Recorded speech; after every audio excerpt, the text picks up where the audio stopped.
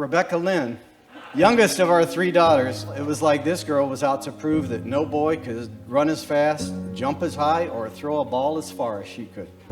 Then one day, I saw a new spark in Becca's eyes, a look of excitement and happiness. That was the day she got Teddy.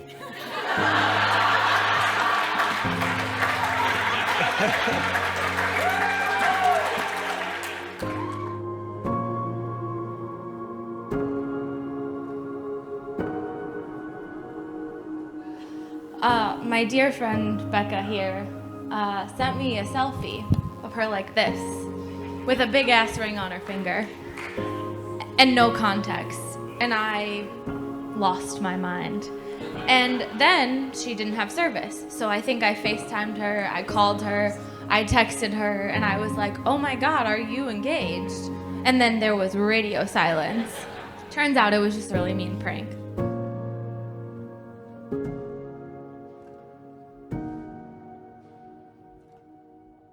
Becca has been my person.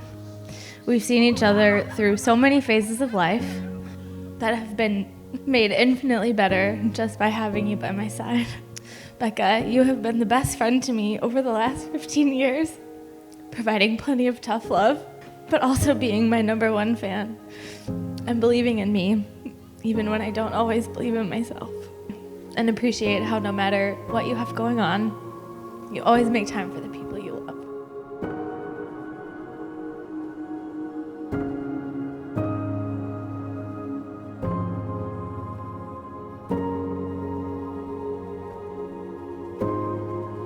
I met Taylor back in college when he moved in next door to me after he transferred down to Purdue. I learned that Taylor and I actually have a lot in common. We both like a lot of normal dude stuff like sports and video games, and we're also both huge romantics and love to talk about it. One day in December when he told me that he was going to meet a Hinge girl at the Vig on New Year's Eve for the first time, I told him it was a bad idea. Dude, you're gonna ruin your New Year's Eve.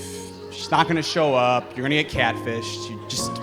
You're gonna have a bad time. But of course, it ended up being an amazing time because that Hinge girl turned out to be Becca, who we all know is one of the most fun girls you could ever meet.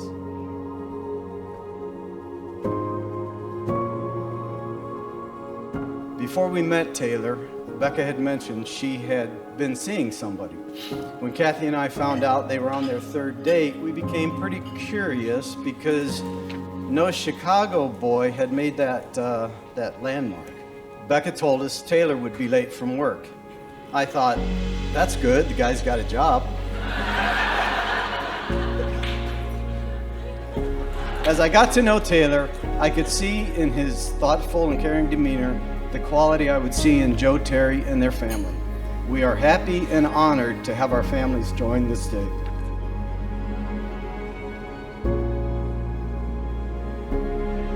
So Taylor and I decided to meet for mimosas beforehand to get to know each other a little better.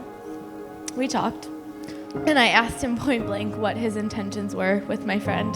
He told me on that day he swore he was going to marry Becca. Thank you for keeping your promise.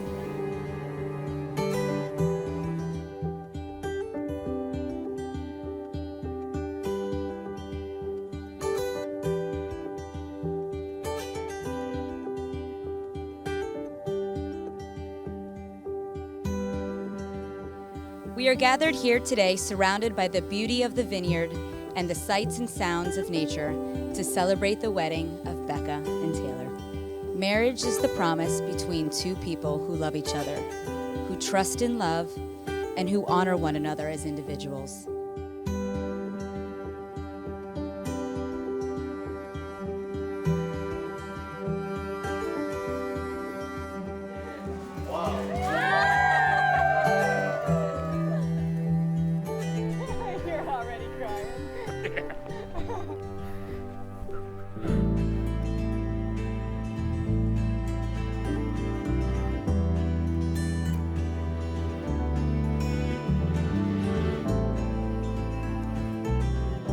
Taylor, we made it. I started thinking back to some of our early memories, trying to pinpoint when it was that I knew for sure you were the one. Was it when I crushed you in our first March Madness tournament? Or was it when I told you on a Monday that you should really think about getting me a puppy, and by that same Friday, my dad and I were driving to pick up the golden retriever that you'd found online for us? Probably it was then. I promise to love you for exactly who you are today and for who you are yet to become, and to always kiss you goodnight, even when I don't want to. I'm so excited to be your wife.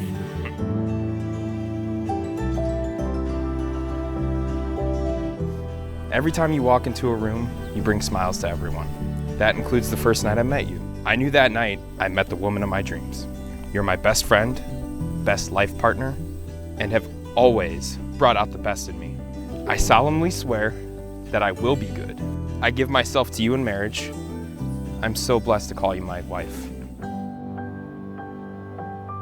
By the power of me and this great state of Michigan, I now have the pleasure to introduce you to Mr. and Mrs. Taylor and Becca Pokraka.